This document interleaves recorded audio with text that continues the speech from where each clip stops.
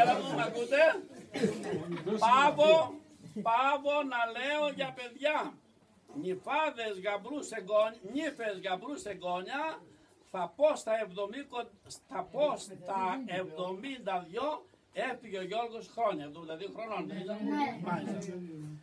Φεύγει της αναλήψεως, μεγάλη μέρα παιδιά, φεύγει της αναλήψεως 29 Μαΐου κοντά στα ξημερώματα εκτός νοσοκομείου.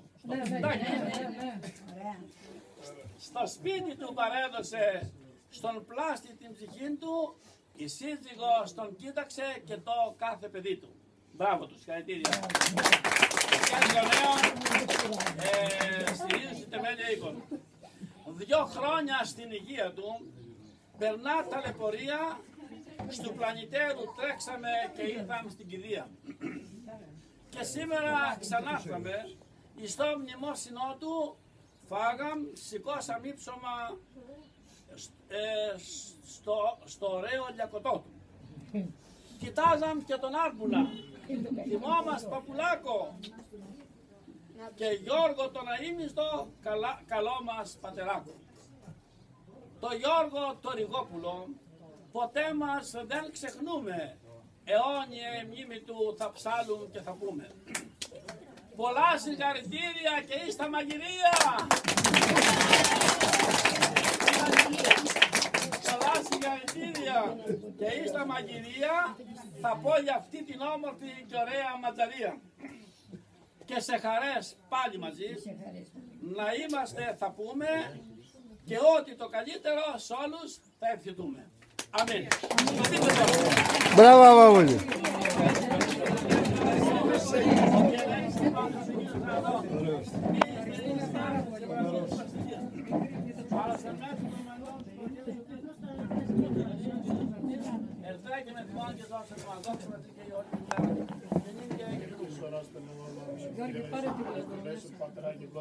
Χριστέ ο Θεός ημών ευλόγησον τα περισσεύματα, της τραπέζης ταύτης και πίστην αυτά η οικία, ενωρία και μητροπόλη ταύτης στον κόσμο θάπαντα, ό,τι ευλογεί τόση εις αιώνας των αιώνων αμήν.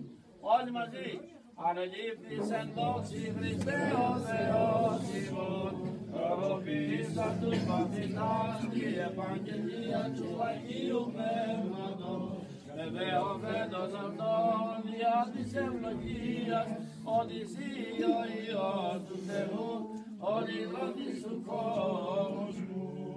Όλοι μαζί, διευκόν των Αγίων Πατέρων ημών, Κύριε Ιησού Χριστέ ο Θεός, ελέησον ημάς. Ο Θεός θα τον αναπαύσει εις εσάς, απλά το ευχούλα. Φιληθείτε, Παπούλη, μπράβο.